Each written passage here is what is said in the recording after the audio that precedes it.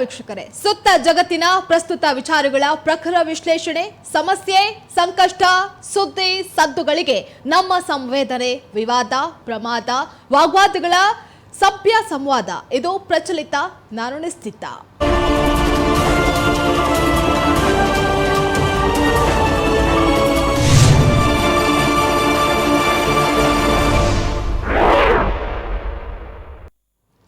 ರಾಜ್ಯ ರಾಜಕಾರಣದಲ್ಲಿ ಈಗ ದೊಡ್ಡ ಮಟ್ಟದಲ್ಲಿ ಸುದ್ದಿಗೆ ಮತ್ತೆ ಸದ್ದನ್ನ ಮಾಡ್ತಾ ಇರುವಂತಹ ವಿಚಾರ ಏನಪ್ಪಾ ಅಂತ ಅಂದ್ರೆ ಕೆಪಿಸಿಸಿ ಅಧ್ಯಕ್ಷಗಿರಿಯ ಸ್ಥಾನ ಬದಲಾವಣೆಯ ವಿಚಾರ.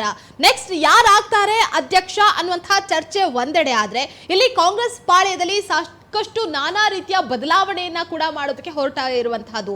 ಕೆಪಿಸಿಸಿಯ ಅಧ್ಯಕ್ಷಗಿರಿಯ ಬದಲಾವಣೆಯ ವಿಚಾರಕ್ಕೆ ಯಾರೆಲ್ಲ ರೇಸ್ನಲ್ಲಿದ್ದಾರೆ, ಯಾರೆಲ್ಲ ಆಕಾಂಕ್ಷಿಗಳಾಗಿದ್ದಾರೆ ಅನ್ನುವಂತಹ ವಿಚಾರಕ್ಕೆ ಸಂಬಂಧಪಟ್ಟಂತೆ ಈಗಾಗಲೇ ಚರ್ಚೆಗಳು ಕೂಡ ನಡೀತಾ ಇದೆ. ಹೈಕಮಾಂಡ್ ಬಳಿಯೂ ಕೂಡ ಈಗಾಗಲೇ ಚರ್ಚೆಯನ್ನ ಮಾಡೋದಕ್ಕೆ ಮುಂದಾಗಿರುವಂತಹದ್ದು.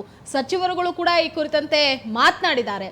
ಅದರಲ್ಲೂ ಕರ್ನಾಟಕ ರಾಜ್ಯ ಕಾಂಗ್ರೆಸ್ ಉಪಚುನಾವಣೆ ಗೆದ್ದಿರುವಂತಹ ಬೆನ್ನಲ್ಲೇ ಸಂಪುಟದಲ್ಲೂ ಕೂಡ ಮೇಜರ್ ಸರ್ಜರಿಯನ್ನ ಮಾಡೋದಕ್ಕೂ ಕೂಡ ಕರ್ನಾಟಕ ರಾಜ್ಯ ಕಾಂಗ್ರೆಸ್ ಮುಂದಾಗಿರುವಂತಹದ್ದು. ಇದ್ರ ಬೆನ್ನಲ್ಲೇ ಮೊನ್ನೆ ಅಷ್ಟೇ ಡಿಸಿಎಂ ಡಿಕೆ ಶಿವಕುಮಾರ್ ಅವರು ಕೂಡ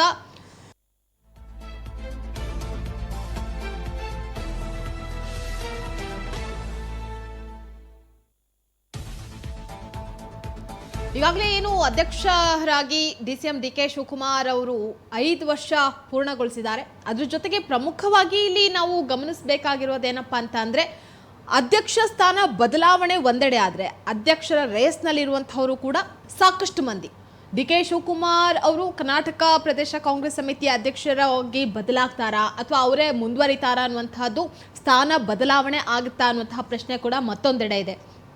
ಅದರಲ್ಲೂ ಕೆಪಿಸಿಸಿ ಅಧ್ಯಕ್ಷ ಗಾದಿಯಿಂದ ಕನಕಪುರದ ಬಂಡೆ ನಿಜಕ್ಕೂ ಕೆಳಗಿಳಿತಾರ ಅನ್ನುವಂತಹ ಪ್ರಶ್ನೆ ಕೂಡ ಮತ್ತೊಂದೆಡೆ ಇರುವಂತಹದ್ದು. ಈ ಕುರಿತಂತೆ ತಮ್ಮ ಪಕ್ಷದವರೇ ಕೆಲವೊಂದಿಷ್ಟು ಹೇಳಿಕೆಗಳನ್ನ ಕೊಟ್ಟಿದ್ದಾರೆ. ಇದು ಅಸಮಾಧಾನಕ್ಕೂ ಕೂಡ ಕೆಲವು ತಿಂಗಳ ಹಿಂದೆಯೂ ಕೂಡ ಕಾರಣ ಆಗಿತ್ತು. ಸಚಿವರುಗಳು ಹೇಳಿದಂತಹ ಮಾತುಗಳು ಕೂಡ ದೊಡ್ಡ ಮಟ್ಟದಲ್ಲಿ ಚರ್ಚೆಗೆ ಗ್ರಾಸವಾಗಿತ್ತು. ಸಂಪುಟ ಪುನರಚನೆಯ ನಡುವೆ ಕೆಪಿಸಿಸಿ ಅಧ್ಯಕ್ಷರ ಬದಲಾವಣೆ ಆಗತ್ತೆ ಎಂಬಂತಹ ಚರ್ಚೆಗಳು ಈಗ ಜೋರಾಗಿ ನಡೀತಾ ಇರುವಂತಹದ್ದು. ಈಗ ಡಿಸಿಎಂ ಡಿಕೆ ಶಿವಕುಮಾರ್ ಅವರ ಅವಧಿ, ಅಧ್ಯಕ್ಷರ ಅವಧಿ ಏನಿದೆ ಅದು ಮುಗಿತಾ ಬಂದಿದೆ. ಸ್ವಪಕ್ಷದ ನಾಯಕರಾಗಿರುವಂತಹ ಆರೋಗ್ಯ ಸಚಿವ ದಿನೇಶ್ ಗುಂಡೂರಾವ್ ಅವರು ಕೂಡ ಈ ಕುರಿತಂತೆ ಮಾಧ್ಯಮದೊಟ್ಟಿಗೆ ಅವರು ಮಾತನಾಡಿದ್ರು. ಸಿಎಂ ಆಗುವಂತಹ ಆಸೆಯಲ್ಲಿರುವಂತಹ ಡಿಕೆ ಶಿವಕುಮಾರ್ ಅವರು ಕೆಪಿಸಿಸಿ ಅಧ್ಯಕ್ಷ ಸ್ಥಾನದಿಂದ ಇಳಿತಾರ. ಯಾಕೆ ಅಂತ ಅಂದ್ರೆ, ಮುಂದಿನ ಸಿಎಂ ಯಾರಾಗ್ತಾರೆ ಅದಕ್ಕೆ ಪ್ರಮುಖವಾದಂತಹ ಉತ್ತರ ಏನಪ್ಪಾ ಅಂತಂದ್ರೆ, ಕೆಪಿಸಿಸಿ ಅಧ್ಯಕ್ಷರು ಯಾರು ಇರ್ತಾರೋ ಅವರೇ ಮುಂದಿನ ಸಿಎಂ ಅನ್ನುವಂಥದ್ದು ಆಗ್ಲಿಂದಲೂ ಕೂಡ ಕಾಂಗ್ರೆಸ್ ಪಾಳ್ಯದಲ್ಲಿ ನಡ್ಕೊಂಡು ಬಂದಿದೆ. ಆದ್ರೆ ಅದು ಕೆಲವೊಂದಿಷ್ಟು ವಿಚಾರಕ್ಕೆ ಸಂಬಂಧಪಟ್ಟಂತೆ ಡಾಕ್ಟರ್ ಜಿ ಪರಮೇಶ್ವರ್ ಅವರ ವಿಚಾರ ಇರಬಹುದು. ಅವರು ಕೂಡ ಕೆಪಿಸಿಸಿ ಅಧ್ಯಕ್ಷರಾಗಿದ್ರು, ಆದ್ರೆ ಅವರು ಸಿಎಂ ಆಗ್ಲಿಲ್ಲ. ಸಾಕಷ್ಟು ನಾನಾ ಕಾರಣಗಳು, ಜೊತೆಗೆ ಪಕ್ಷದಲ್ಲೇ ಇದ್ದಂತಹ ಆಂತರಿಕ ಕಲಹ, ಕಚ್ಚಾಟ, ಇದೆಲ್ಲಾ ಕಾರಣಗಳಿಂದಾಗಿ, ಜೊತೆಗೆ ಅವರ ಕ್ಷೇತ್ರದಲ್ಲಿ ಅವರು ಗೆಲ್ಲದಲೇ ಇರುವ ಕಾರಣದಿಂದಾಗಿಯೂ ಕೂಡ ಅವರಿಗೆ ಸಿಎಂ ಸ್ಥಾನ ಕೈ ತಪ್ಪಿತ್ತು. ಕೆಪಿಸಿಸಿ ಅಧ್ಯಕ್ಷರೇ ಮುಂದಿನ ಸಿಎಂ ಅನ್ನುವಂಥದ್ದನ್ನ ಅಂದ ಕಾಲದಿಂದಲೂ ಕೂಡ ಕಾಂಗ್ರೆಸ್ ಪಾಳ್ಯದಲ್ಲಿ ಬೆಳೆಸ್ಕೊಂಡು ಬಂದಿದ್ರು. ಆದ್ರೆ ಅದು ಪರಮೇಶ್ವರ್ ಅವರ ವಿಚಾರದಲ್ಲಿ ಚೇಂಜ್ ಆಗಿತ್ತು. ಅದಾದ ಬಳಿಕ ಈಗ ಇರುವಂತಹ ಅಧ್ಯಕ್ಷ ಸ್ಥಾನ ಏನಿದೆ, ಡಿಸಿಎಂ ಡಿಕೆ ಶಿವಕುಮಾರ್ ಅವರು ಮುಂದಿನ ಸಿಎಂ, ಅವರು ಕೂಡ ಕೆಪಿಸಿಸಿ ಅಧ್ಯಕ್ಷರಾಗಿದ್ರು. ಜೊತೆಗೆ ಈ ಬಾರಿ ಕಾಂಗ್ರೆಸ್ ಪಕ್ಷ ಸತತವಾಗಿ 136 ಸ್ಥಾನಗಳೊಂದಿಗೆ ಗೆಲ್ಲೋದಕ್ಕೆ ರಣತಂತ್ರವನ್ನ ಪಟ್ಟಿದ್ರು. ಜೊತೆಗೆ ಸಾಕಷ್ಟು ಏನು ಪಕ್ಷಗತವಾಗಿ ಯಾವ ರೀತಿ ನಾವು ಈ ಬಾರಿ ಗೆಲ್ಲೋದಕ್ಕೆ ಏನೆಲ್ಲ ಮಾಡಬೇಕು, ಪಕ್ಷ ಈ ಬಾರಿ ನಾವೇ ಗೆಲ್ಲಬೇಕು, ಅದರಲ್ಲೂ ಸಂಪೂರ್ಣವಾಗಿ ಬಹುಮತದೊಂದಿಗೆ ಅಂತ ಅಂದ್ರೆ ಏನ್ ಮಾಡಬೇಕು ಅನ್ನೋದರ ಕುರಿತಾಗಿ ಸಾಕಷ್ಟು ರಾಜ್ಯದಾದ್ಯಂತ ಡಿಸಿಎಂ ಡಿಕೆ ಶಿವಕುಮಾರ್ ಆಗಿರ್ಬೋದು ಅಥವಾ ಸಿಎಂ ಸಿದ್ದರಾಮಯ್ಯ ಆಗಿರ್ಬೋದು, ಅವರು ಪಕ್ಷದಲ್ಲೇ ಇದ್ಕೊಂಡು ಬೇರೆ ಬೇರೆ ವಿಚಾರಗಳು, ಸಿಎಂ ಗಾದಿಯ ವಿಚಾರ ಆಗಿರಬಹುದು ಅಥವಾ ಅವ್ರು ಕೊಟ್ಟಂತಹ ಸ್ಟೇಟ್ಮೆಂಟ್ಗಳಾಗಿರ್ಬೋದು, ಮುಂದಿನ ಸಿಎಂ ನಾನೇ ಅನ್ನುವಂತಹ ಸ್ಟೇಟ್ಮೆಂಟ್ಸ್ಗಳಾಗಿರ್ಬೋದು, ಅದು ಪಕ್ಷಕ್ಕೆ ದೊಡ್ಡ ಮಟ್ಟದಲ್ಲಿ ಡ್ಯಾಮೇಜ್ ಕೂಡ ಆಗಿತ್ತು. ಅದೆಲ್ಲದರ ನಡುವೆ ರಾಜ್ಯ ರಾಜಕೀಯದಲ್ಲಿ ಆಗ್ತಾ ಇದ್ದಂತಹ ಏನು ಆಗಿನ ಬಿಜೆಪಿ ಸರ್ಕಾರವನ್ನ ಯಾವ ರೀತಿ ನಾವು ಕಟ್ ಹಾಕಬೇಕು, ಯಾವೆಲ್ಲ ರೀತಿಯಲ್ಲಿ ಕಟ್ ಹಾಕಿದ್ರೆ ಮಾತ್ರ ಸಾಧ್ಯವಾಗುತ್ತೆ ಈ ಬಾರಿ ಕಾಂಗ್ರೆಸ್ ಬರೋದಕ್ಕೆ. ಇನ್ನು ಕಾಂಗ್ರೆಸ್ ತನ್ನ 136 ಸ್ಥಾನ ಏನು ಗೆದ್ದಿದೆ ಅಲ್ವಾ, ಅದಕ್ಕೆ ಯಾವ ರೀತಿ ಶತಪ್ರಯತ್ನವನ್ನ ನಾವು ಪಡಬೇಕು ಅಂತ ಅಂದ್ರೆ ಪ್ರಮುಖವಾಗಿ ಒಗ್ಗಟ್ಟಿನಲ್ಲಿ ಬಲವಿದೆ ಅನ್ನುವಂಥದ್ದನ್ನ ಪ್ರದರ್ಶನ ಮಾಡಬೇಕಾಗಿತ್ತು. ಅದಕ್ಕೆ ಸಾಕಷ್ಟು ರಹದಾರಿ ಆಗಿದ್ದು ಏನಪ್ಪಾ ಅಂತ ಅಂದ್ರೆ ಭಾರತ್ ಜೋಡೋ ಯಾತ್ರೆ. ಈ ಭಾರತ್ ಜೋಡೋ ಯಾತ್ರೆಯಿಂದ ಆರಂಭ ಆಯಿತು ರಾಹುಲ್ ಗಾಂಧಿಯವರ ಭಾರತ್ ಜೋಡೋ ಯಾತ್ರೆ. ಒಂದೆಡೆ ರಾಜ್ಯ ಕಾಂಗ್ರೆಸ್ಗೆ ಈ ಬಾರಿ ಸರ್ಕಾರ ಅಧಿಕಾರದ ಚುಕ್ಕಾಣಿಯನ್ನ ಹಿಡಿಯೋದಕ್ಕೆ ಒಂದು ಹೆಲ್ಪ್ ಆಯಿತು. ಮತ್ತೊಂದೆಡೆ ಸಿಎಂ ಸಿದ್ದರಾಮಯ್ಯ ಅವರ ಸಿದ್ದರಾಮೋತ್ಸವ ಅನ್ನುವಂಥದ್ದು ಕೂಡ ದೊಡ್ಡ ಮಟ್ಟದಲ್ಲೇ ಸದ್ದಾಗಿತ್ತು. ಈ ಸಿದ್ದರಾಮೋತ್ಸವ ಕಾರ್ಯಕ್ರಮದಲ್ಲಿ ರಾಹುಲ್ ಗಾಂಧಿ ಸೇರಿದಂತೆ ಪ್ರಮುಖ ಹೈಕಮಾಂಡ್ ನಾಯಕರು ಹಾಗೆ ರಾಜ್ಯದ ಎಲ್ಲಾ ನಾಯಕರುಗಳು ಕೂಡ ಒಂದೇ ವೇದಿಕೆಯಲ್ಲಿದ್ರು. ಅವತ್ತಿನ ದಿನ ಡಿಸಿಎಂ ಡಿಕೆ ಶಿವಕುಮಾರ್, ಇಂದಿನ ಡಿಸಿಎಂ ಹಾಗೆ ಇಂದಿನ ಸಿಎಂ ಸಿದ್ದರಾಮಯ್ಯ ಅವರು ಏನಿದ್ದಾರೆ ಅವರಿಬ್ಬರ ಕೈಯನ್ನ ಮೇಲೆತ್ತೋದ್ರ ಮೂಲಕ ನಾವೆಲ್ಲರೂ ಕೂಡ ಒಗ್ಗಟ್ಟಾಗಿದ್ದೀವಿ, ಒಗ್ಗಟ್ಟಿನಲ್ಲಿ ಬಲವಿದೆ, ಈ ಬಾರಿ ರಾಜ್ಯದಲ್ಲಿ ಕಾಂಗ್ರೆಸ್ ಅಧಿಕಾರದ ಚುಕ್ಕಾಣಿಯನ್ನ ಹಿಡಿಯುತ್ತೆ ಅನ್ನುವಂಥದ್ದಕ್ಕೆ ಒಂದು ಒಂದು ಸ್ಥಾನವನ್ನ ಮುಂದೆ ನಾವು ಬರ್ತೀವಿ ಅನ್ನುವಂಥದ್ದಕ್ಕೂ ಕೂಡ ಸಾಕಷ್ಟು ಬೇರೆ ಬೇರೆ ಕಾರ್ಯಕ್ರಮಗಳನ್ನ ಮಾಡ್ತಾ ಬಂದ್ರು. ಇದು ಕೂಡ ಒಂದೆಡೆ ಕಾಂಗ್ರೆಸ್ಗೆ ಪ್ಲಸ್ ಪಾಯಿಂಟ್ ಆಯಿತು. ಹಾಗೆ ಅಂದಿನ ಬಿಜೆಪಿಗೆ ಪ್ರಿಯಾಂಕ್ ಖರ್ಗೆ ಅವರು ಮಾಡಿದಂತಹ ಆರೋಪಗಳಾಗಿರ್ಬೋದು, PSI ಹಗರಣ ಇರ್ಬೋದು, ಸ್ಕ್ಯಾಮ್ ಇರಬಹುದು, ಅಥವಾ ಪೇ ಸಿಎಂ ಹಗರಣ ಆಗಿರ್ಬೋದು, ಹೀಗೆ ಹಲವು ಬಿಟ್ಕಾಯಿನ್ ಹಗರಣ ಆಗಿರ್ಬೋದು, ಇದೆಲ್ಲವೂ ಕೂಡ ರಾಜ್ಯ ಬಿಜೆಪಿ ಅಂದಿನ ಆಡಳಿತದಲ್ಲಿದ್ದಂತಹ ಬಿಜೆಪಿಗೆ ದೊಡ್ಡ ಮಟ್ಟದಲ್ಲಿ ಎಲ್ಲೋ ಒಂದ್ ಕಡೆ ಹೊಡೆತ ಕೊಡ್ತು. ಜೊತೆಗೆ ಬಿಜೆಪಿಯಲ್ಲಿ ಬಿಜೆಪಿಯವರೇ ಅವರ ಸ್ವಪಕ್ಷದವರೇ ಎಲ್ಲೋ ಒಂದ್ ಕಡೆ ಹೊಂದಾಣಿಕೆ ಇಲ್ದಲೇ ಇರುವಂತಹದ್ದು, ಜೊತೆಗೆ ವಿರೋಧ ಪಕ್ಷದ ಸ್ಥಾನದಲ್ಲಿದ್ದಂತಹ ಕಾಂಗ್ರೆಸ್ ಏನಿದೆ ಅವರು ಮಾಡಿದಂತಹ ಆರೋಪವನ್ನ ಎಲ್ಲ ಒಂದ್ ಕಡೆ ಸರಿಯಾಗಿ ಅವರು ಸಮರ್ಥನೆಯನ್ನ ಮಾಡ್ಕೊಳ್ಳುವಂತಹ ನಿಟ್ಟಿನಲ್ಲೂ ಕೂಡ ಸಾಕಷ್ಟು ಬೇಜವಾಬ್ದಾರಿಯನ್ನು ತೋರಿದ್ದು ಕೂಡ ಬಿಜೆಪಿಗೆ ಹೀನಾಯವಾಗಿ ಸೋಲೋದಕ್ಕೂ ಕೂಡ ಒಂದು ಕಾರಣ ಆಯಿತು. ಹಾಗೆ ರಾಜಕಾರಣದಲ್ಲಿ ರಾಜ್ಯದ ನಾಯಕ ಏನಿದ್ದಾನೆ ಅದರ ಸ್ಥಾನದ ವಿಚಾರಕ್ಕೆ ಸಂಬಂಧಪಟ್ಟಂತೆ ಕೂಡ ರಾಜ್ಯ ಬಿಜೆಪಿಯ ಮೇಲೆ ದೊಡ್ಡ ಮಟ್ಟದಲ್ಲಿ ಹೊಡೆತ ಕೊಟ್ಟಿತ್ತು. ಪ್ರಮುಖವಾಗಿ ಪಕ್ಷಗತವಾಗಿ ಅನ್ನುವಂಥದ್ದಕ್ಕಿಂತ ನಮ್ಮ ರಾಜ್ಯ ರಾಜಕೀಯದಲ್ಲಿ ವ್ಯಕ್ತಿಗತವಾಗಿ ಯಾವ ರೀತಿ ವರ್ಕೌಟ್ ಆಗುತ್ತೆ ಅನ್ನುವಂಥದ್ದು ಕೂಡ ಇಲ್ಲಿ ಪ್ರಮುಖ ಪಾತ್ರವನ್ನ ವಹಿಸಿತ್ತು. ಆಗ ರಾಜ್ಯದಲ್ಲಿ ಪ್ರಮುಖ ನಾಯಕತ್ವ ಯಾರ್ದು ಅಂತಂದ್ರೆ ಯಡಿಯೂರಪ್ಪ ಅವರ ಹೆಸರು ಕೇಳಿ ಬರ್ತಾ ಇತ್ತು. ಯಡಿಯೂರಪ್ಪ ಅವರನ್ನ ಮೂಲೆ ಗುಂಪು ಮಾಡಿದ್ದು ಕೂಡ ದೊಡ್ಡ ಮಟ್ಟದಲ್ಲಿ ರಾಜ್ಯ ಬಿಜೆಪಿಗೆ ಹೊಡೆತವನ್ನ ಕೊಡ್ತು. ಇಲ್ಲಿ ರಾಜ್ಯ ರಾಜಕೀಯದಲ್ಲಿ ಮೋದಿ ಮೇನಿಯಾ ಅಷ್ಟರ ಮಟ್ಟಿಗೆ ವರ್ಕೌಟ್ ಆಗಿರ್ಲಿಲ್ಲ ಒಂದೆಡೆ. ಮತ್ತೆ ವಿರೋಧ ಪಕ್ಷದಲ್ಲಿ ಇದ್ದಂತಹ ಆಗಿನ ಕಾಂಗ್ರೆಸ್ ಏನಿದೆ ಅದು ದೊಡ್ಡ ಮಟ್ಟದಲ್ಲಿ ಬಿಜೆಪಿಯ ವಿರುದ್ಧ ಬೊಟ್ಟು ಮಾಡ್ತಾ ಬಂದಿತ್ತು. ಅದೆಲ್ಲವೂ ಕೂಡ ಒಂದ್ ಕಡೆ ಸೇರ್ಕೊಂಡು ಇವತ್ತಿನ ಈಗ ರಾಜ್ಯ ಸರ್ಕಾರ ಹತ್ತತ್ರ 2 ವರ್ಷ ಆಗ್ತಾ ಬಂತು. ಪ್ರಮುಖವಾಗಿ ರಾಜ್ಯದಲ್ಲಿ ಕೊಟ್ಟಂತಹ ಗ್ಯಾರಂಟಿ ಯೋಜನೆಗಳು ಕೂಡ ಕಾಂಗ್ರೆಸ್ಗೆ ವರದಾನವಾಗಿತ್ತು. ಒಂದಲ್ಲ ಎರಡಲ್ಲ ಹಲವು ಕಾರಣಗಳಿದೆ. ಈ ಬಾರಿ 136 ಸ್ಥಾನವನ್ನ ಗೆದ್ದಿರುವಂತಹ ರಾಜ್ಯ ಕಾಂಗ್ರೆಸ್ ಏನಿದೆ ಅಧಿಕಾರದ ಚುಕ್ಕಾಣಿಯನ್ನು ಹಿಡಿತು. ಅದಾದ ಬಳಿಕ ಸಿಎಂ ಯಾರಾಗ್ತಾರೆ ಅನ್ನುವಂತಹ ಪ್ರಶ್ನೆ ಕೂಡ ಉದ್ಭವ ಆಗಿತ್ತು. ಸುಮಾರು 7-8 ದಿನಗಳ ಕಾಲ ಬೇಕಾಯಿತು ಸಿಎಂ ಸ್ಥಾನವನ್ನ ಆಯ್ಕೆ ಮಾಡೋದಕ್ಕೆ. ಅದು ಹೈಕಮಾಂಡ್ಗೂ ಕೂಡ ದೊಡ್ಡ ತಲೆನೋವಾಗಿತ್ತು. ಇನ್ನು ಸಿಎಂ ಸಿದ್ದರಾಮಯ್ಯ ಅವರೇ ಸಿಎಂ ಆಗ್ತಾರೆ, ಸಿಎಂ ಆಗ್ಬೇಕು, ಇದು ನನ್ನ ಕೊನೆಯ ಚುನಾವಣೆ ಅನ್ನುವಂತಹ ಮಾತುಗಳನ್ನ ಕೂಡ ಅವರು ಸಿದ್ದರಾಮಯ್ಯ ಅವರು ಆಡಿದ್ರು. ಮತ್ತೆ ಡಿಸಿಎಂ ಡಿಕೆ ಶಿವಕುಮಾರ್ ಅವರ ಮೇಲಿದ್ದಂತಹ ಆಪಾದನೆ ಏನಿದೆ ಅದು ಎಲ್ಲೋ ಒಂದ್ ಕಡೆ ಡಿಕೆ ಶಿವಕುಮಾರ್ ಅವ್ರಿಗೆ ಸಿಎಂ ಆಗುವಂತಹ ಸ್ಥಾನಕ್ಕೆ ಈಗ ಸದ್ಯಕ್ಕೆ ಬೇಡ, ಮುಂದಿನ ದಿನಗಳಲ್ಲಿ ನೋಡೋಣ ಅನ್ನುವಂತಹದಕ್ಕೆ ಒಂದ್ ಸ್ವಲ್ಪ ಗ್ಯಾಪ್ ಆಯ್ತು. ಅವೆಲ್ಲವೂ ಒಂದ್ ಕಡೆ ಒಂದೊಂದು ಕಾರಣಗಳಿತ್ತು. ಹೀಗೆ ಹಲವಾರು ಕಾರಣಗಳು ಇಟ್ಕೊಂಡು ರಾಜ್ಯ ಹೈಕಮಾಂಡ್ ಏನಿದೆ ರಣದೀಪ್ ಸಿಂಗ್ ಸುರ್ಜೇವಾಲಾ ಸೇರಿದಂತೆ ವೇಣುಗೋಪಾಲ್ ಹಾಗೆ ರಾಹುಲ್ ಗಾಂಧಿ ಜೊತೆಗೆ ಸೋನಿಯಾ ಗಾಂಧಿ ಅವರನ್ನ ಕೂಡ ಭೇಟಿಯನ್ನ ಮಾಡೋದ್ರ ಮೂಲಕ ಸಾಕಷ್ಟು ದೊಡ್ಡ ಮಟ್ಟದಲ್ಲಿ ಚರ್ಚೆ ಆಗಿತ್ತು. ದೆಹಲಿಯಲ್ಲೇ ಬೀಡನ್ನ ಬಿಟ್ಟಿದ್ರು ರಾಜ್ಯದ ನಾಯಕರು. ಕೊನೆಗೂ ಕೆಪಿಸಿಸಿ ಜೊತೆಗೆ ಪ್ರಮುಖ ಆಯ್ಕೆ ಮಾಡಿಕೊಂಡಂತಹ ಸ್ಥಾನಮಾನಗಳು ಏನಿದೆ ಅದೆಲ್ಲವೂ ಕೂಡ ನನಗೆ ಬೇಕು ಡಿಸಿಎಂ ಸ್ಥಾನಮಾನದ ಜೊತೆಗೆ ಅನ್ನುವಂಥದ್ದು. ಅದರಲ್ಲೂ ಡಿಸಿಎಂ ಒಬ್ಬರೇ ಆಗಿರ್ಬೇಕು ಅನ್ನುವಂಥದ್ದು. ಇದ್ರ ಮಧ್ಯದಲ್ಲಿ ಕಾಂಗ್ರೆಸ್ನಲ್ಲಿ ಮತ್ತಷ್ಟು ಡಿಸಿಎಂ ಸ್ಥಾನ ಹೆಚ್ಚುವರಿ ಸ್ಥಾನ ಅನ್ನುವಂತಹ ಮಾತುಗಳು ಕೂಡ ಕೇಳಿ ಬಂದಿತ್ತು. 3 ಜನ ಅದರಲ್ಲೂ ಒಂದೊಂದು ಸಮುದಾಯಕ್ಕೆ ಒಬ್ಬೊಬ್ಬರಿಗೆ ಡಿಸಿಎಂ ಸ್ಥಾನಮಾನವನ್ನ ಕೊಡಬೇಕು ಅನ್ನುವಂತಹದನ್ನ ರಾಜಣ್ಣ ಅವರು ಕೊಟ್ಟಂತಹ ಸ್ಟೇಟ್ಮೆಂಟ್ ಕೂಡ ದೊಡ್ಡ ಮಟ್ಟದಲ್ಲಿ ಚರ್ಚೆ ಆಗಿತ್ತು. ಇದೆಲ್ಲದರ ನಡುವೆ ಸತೀಶ್ ಜಾರಕಿಹೊಳಿ ಅವರ ಮೌನ, ಮತ್ತೊಂದ್ ಕಡೆ ಪಕ್ಷದ ಮೇಲಿದ್ದಂತಹ ಬೇಸರ, ಇದೆಲ್ಲವೂ ಕೂಡ ಎಲ್ಲ ಒಂದ್ ಕಡೆ ಮಧ್ಯದಲ್ಲಿ ದೊಡ್ಡ ಮಟ್ಟದಲ್ಲಿ ಕಾಂಗ್ರೆಸ್ಗೆ ಹಿನ್ನಡೆ ಆಗ್ತಾ ಇದೆಯಾ, ಕಾಂಗ್ರೆಸ್ ಪಕ್ಷದಲ್ಲಿ ಎಲ್ಲವೂ ಸರಿ ಇಲ್ವಾ ಅನ್ನುವಂತಹ ಪ್ರಶ್ನೆಗಳು ಕೂಡ ಕಾಡೋದಕ್ಕೆ ಆರಂಭ ಆಗಿತ್ತು. ಈಗ ಕೆಪಿಸಿಸಿ ಅಧ್ಯಕ್ಷ ಸ್ಥಾನ 5 ವರ್ಷಗಳ ಪೂರೈಕೆ ಆಗಿದೆ ಡಿಸಿಎಂ ಡಿಕೆ ಶಿವಕುಮಾರ್ ಅವ್ರದ್ದು. ಹೈಕಮಾಂಡ್ ನಾಯಕರು ಇದ್ರ ಬಗ್ಗೆ ಯಾವ ರೀತಿ ಮುಂದಿನ ದಿನಗಳಲ್ಲಿ ಇದ್ರ ಬಗ್ಗೆ ಯಾರನ್ನ ಆಯ್ಕೆ ಮಾಡಬೇಕು, ಸ್ಥಾನಮಾನವನ್ನ ಬದಲು ಮಾಡಬೇಕಾ, ಸ್ಥಾನಮಾನ ಬದಲಾವಣೆಯನ್ನ ಮಾಡಿದ್ರೆ ಯಾವ ರೀತಿ ಪಕ್ಷದ ಮೇಲೆ ಪರಿಣಾಮ ಬೀರುತ್ತೆ. ಈಗಾಗಲೇ ಅಧ್ಯಕ್ಷ ಗಾದಿಗೆಗೂ ಕೂಡ ಸಾಕಷ್ಟು ಜನ ರೇಸ್ನಲ್ಲಿದ್ದಾರೆ. ಇದು ಇಂದು ನಿನ್ನೆಯದಲ್ಲ, ಅಧ್ಯಕ್ಷ ಸ್ಥಾನದ ವಿಚಾರಕ್ಕೆ ಸಂಬಂಧಪಟ್ಟಂತೆ ಈಗ ಹಲವು ತಿಂಗಳ ಹಿಂದೆಯೂ ಕೂಡ ಅಧ್ಯಕ್ಷ ಸ್ಥಾನ ಬದಲಾವಣೆ ಮಾಡುವಂತಹ ವಿಚಾರಕ್ಕೆ ಸಂಬಂಧಪಟ್ಟಂತೆ ಕೆಲವೊಂದಿಷ್ಟು ನಾಯಕರು, ಅದರಲ್ಲೂ ಏನು ಸಿದ್ದರಾಮಯ್ಯ ಬಣ, DCM DK ಶಿವಕುಮಾರ್ ಅವರ ಬಣ ಅಂತ ಹೇಳಿ 2 ಬಣಗಳಿದೆ. ಆ 2 ಬಣ ಬಡಿದಾಟ ಅನ್ನುವಂಥದ್ದು ದೊಡ್ಡ ಮಟ್ಟದಲ್ಲಿ ನಡೀತು. ಜೊತೆಗೆ ಅದು ಲೋಕಸಭಾ ಚುನಾವಣೆ ಮೇಲೆ ಪರಿಣಾಮ ಬೀರಬಾರದು ಅನ್ನುವಂತಹ ಕಾರಣಕ್ಕಾಗಿ ಹೈಕಮಾಂಡ್ ಅದಕ್ಕೂ ಕೂಡ ಬ್ರೇಕ್ ಹಾಕಿತ್ತು.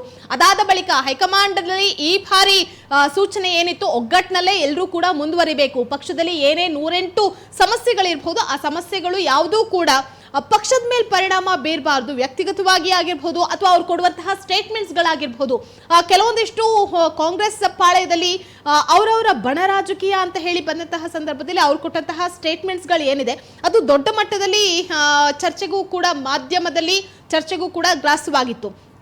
ಹಾಗೇನೆ ಏನು ಪ್ರಮುಖವಾಗಿ ಈಗ ಸದ್ಯ KPCC ಅಧ್ಯಕ್ಷ ಸ್ಥಾನ ಬದಲಾವಣೆಯ ಕುರಿತಾಗಿ ದೊಡ್ಡ ಮಟ್ಟದಲ್ಲಿ ಚರ್ಚೆ ಆಗ್ತಾ ಇದೆ.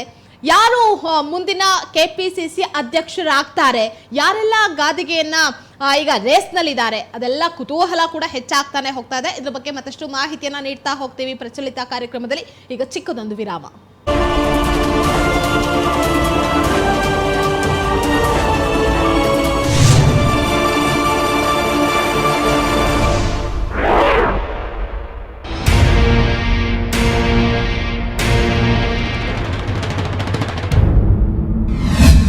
ಸುದ್ದಿ ಅಂದ್ರೆ ಕೇವಲ ಸದ್ದು ಮಾಡುವುದಲ್ಲ,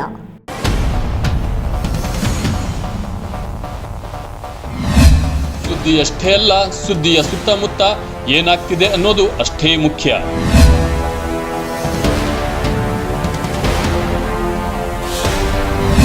ಸಾಮಾಜಿಕ ಜವಾಬ್ದಾರಿ, ಜನಪರ ಕಾಳಜಿ ಇಲ್ಲದಿದ್ರೆ ಅದು ಸುದ್ದಿ ವಾಹಿನಿಯೇ ಅಲ್ಲ.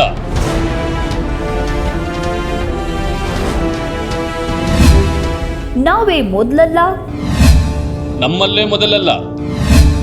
ಆದರೆ ಪ್ರಾಮಾಣಿಕತೆ ಹಾಗೂ ಜವಾಬ್ದಾರಿಯ ವಿಚಾರದಲ್ಲಿ ನಮ್ಮದು ಸದಾ ಅಗ್ರಸ್ಥಾನದ ಪ್ರಯತ್ನ.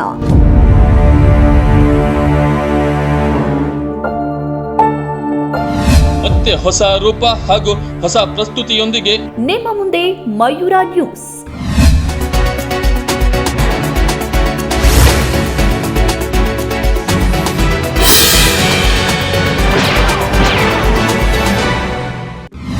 ನಿಖರ ಸುದ್ದಿ, ಪ್ರಖರ ವರದಿ, ನಿಮ್ಮ ಕಣ್ಣ ತುಂಬ ಸಮಾಜದ ಪ್ರತಿಬಿಂಬ ಮಯೂರ ನ್ಯೂಸ್ ಮೂಲಕ. ಇದು ನಿಮ್ಮದೇ ವೇದಿಕೆ, ನಿಮ್ಮದೇ ಹಾರೈಕೆ. ಮಯೂರ ನ್ಯೂಸ್.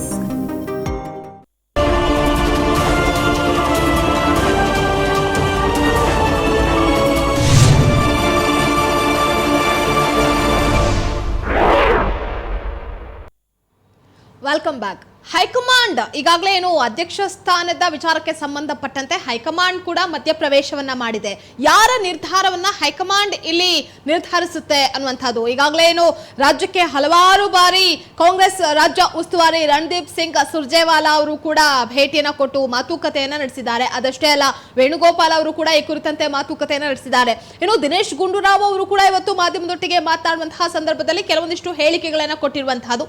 ಇದರ ಮಧ್ಯೆ ಸಿಎಂ ಸಿದ್ದರಾಮಯ್ಯ ಹಾಗೆ DCM DK ಶಿವಕುಮಾರ್ ಅವರು ಅವರ ತಂಡ ಏನಿದೆ ನಾಯಕರನ್ನ ದೆಹಲಿಯಲ್ಲಿ ನಾಯಕರನ್ನ ಭೇಟಿ ಮಾಡೋದಕ್ಕೂ ಸಹ ತೆರಳುತ್ತಾ ಇದೆ. ಗಮನಿಸಬೇಕಾದಂತಹ ವಿಚಾರ ಏನಪ್ಪಾ ಅಂತ ಅಂದ್ರೆ ಇಲ್ಲಿ KPCC ಅಧ್ಯಕ್ಷ ಸ್ಥಾನವನ್ನ ಪಡೆಯೋದಕ್ಕೂ ಸಹ ಸಾಕಷ್ಟು ಮಂದಿ ಈಗ ಕ್ಯೂ ಅಲ್ಲಿ ಇದ್ದಾರೆ ಅನ್ನುವಂತಹದನ್ನ ಸಿಎಂ ಸಿದ್ದರಾಮಯ್ಯ ಅವರ ಆಪ್ತರಾಗಿರುವಂತಹ ಸತೀಶ್ ಜಾರಕಿಹೊಳಿ ಅವರು ಮುಂಚಿನಿಂದಲೂ ಕೂಡ ರೇಸ್ನಲ್ಲಿ ಇದ್ರು. ಈಗಾಗಲೇ ಹಲವಾರು ತಿಂಗಳ ಹಿಂದೆಯೇ ಅವರು ಮುನಿಸಿಗೆ ಕಾರಣ ಆಗಿತ್ತು.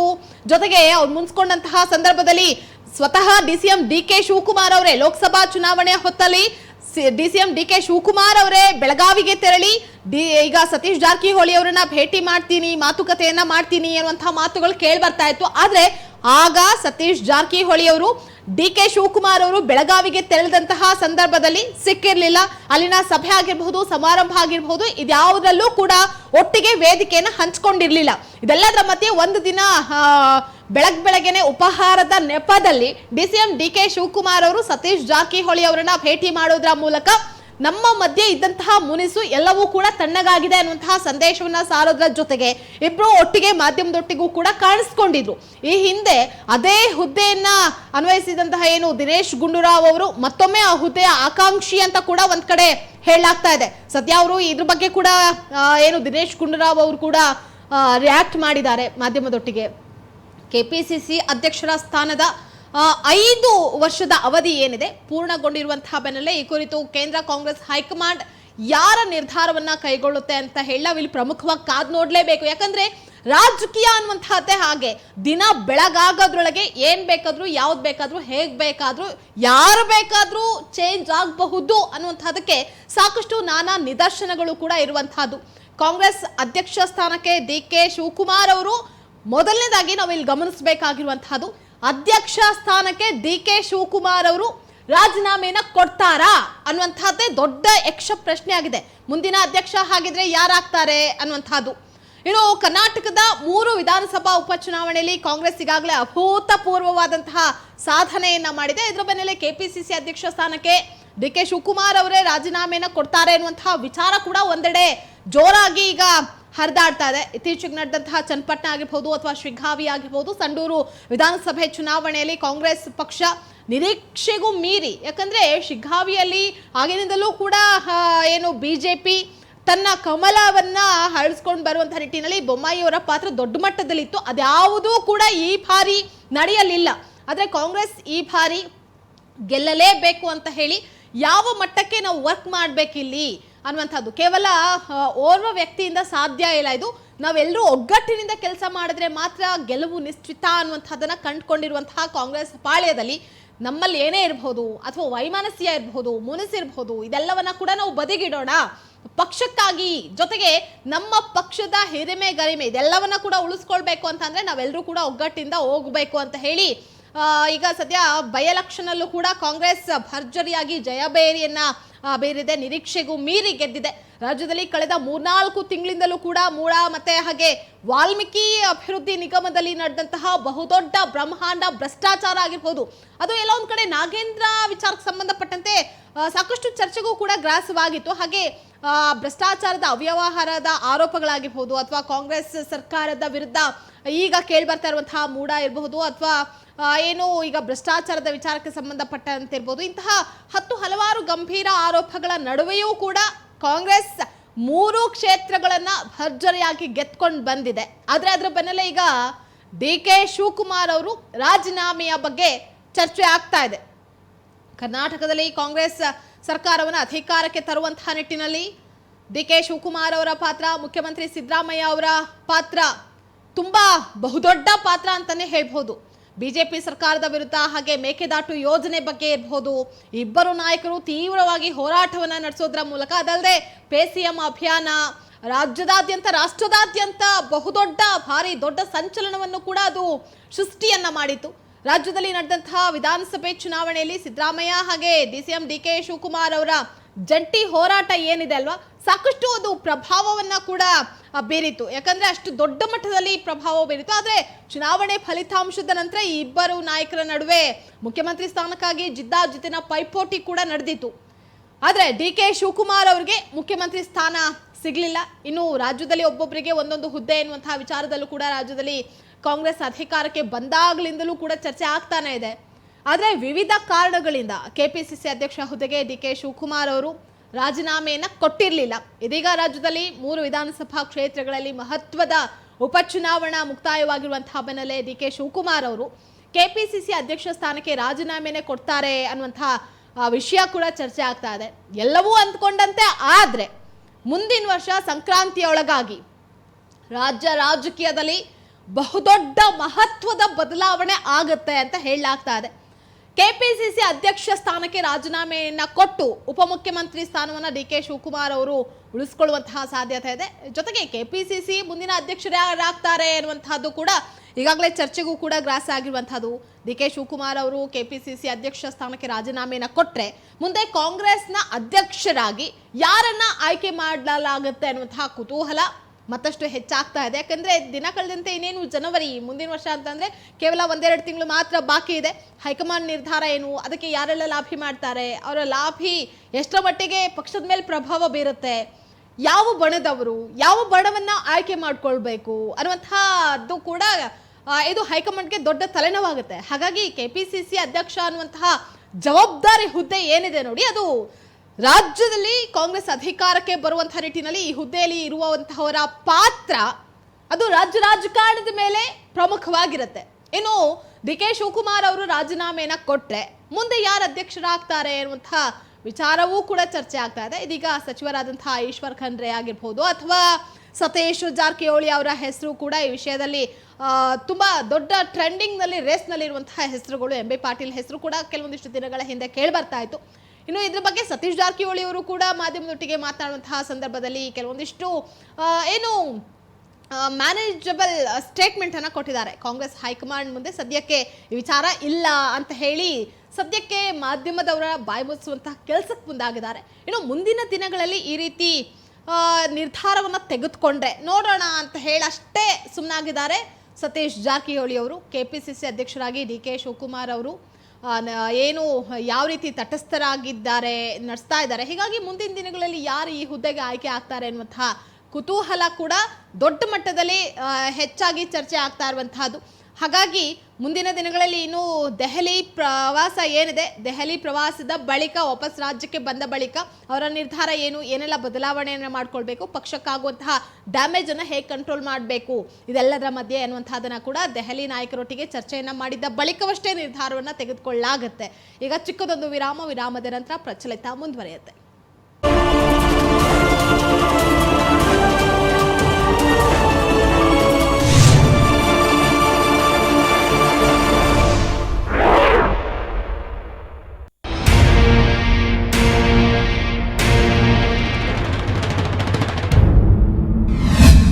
ಸುದ್ದಿ ಅಂದ್ರೆ ಕೇವಲ ಸದ್ದು ಮಾಡುವುದಲ್ಲ,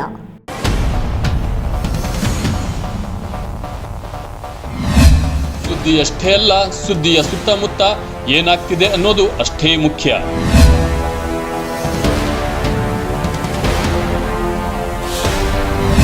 ಸಾಮಾಜಿಕ ಜವಾಬ್ದಾರಿ, ಜನಪರ ಕಾಳಜಿ ಇಲ್ಲದಿದ್ರೆ ಅದು ಸುದ್ದಿ ವಾಹಿನಿಯೇ ಅಲ್ಲ.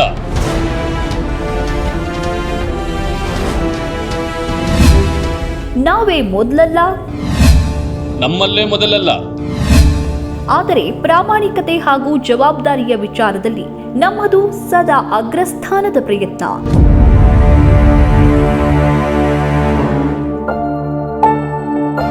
ಮತ್ತೆ ಹೊಸ ರೂಪ ಹಾಗೂ ಹೊಸ ಪ್ರಸ್ತುತಿಯೊಂದಿಗೆ ನಿಮ್ಮ ಮುಂದೆ ಮಯೂರ ನ್ಯೂಸ್.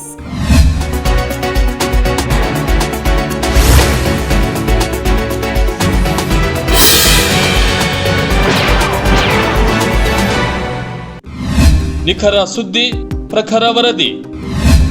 ನಿಮ್ಮ ಕಣ್ಣ ತುಂಬ ಸಮಾಜದ ಪ್ರತಿಬಿಂಬ ಮಯೂರ ನ್ಯೂಸ್ ಮೂಲಕ. ಇದು ನಿಮ್ಮದೇ ವೇದಿಕೆ, ನಿಮ್ಮದೇ ಹಾರೈಕೆ. ಮಯೂರ ನ್ಯೂಸ್.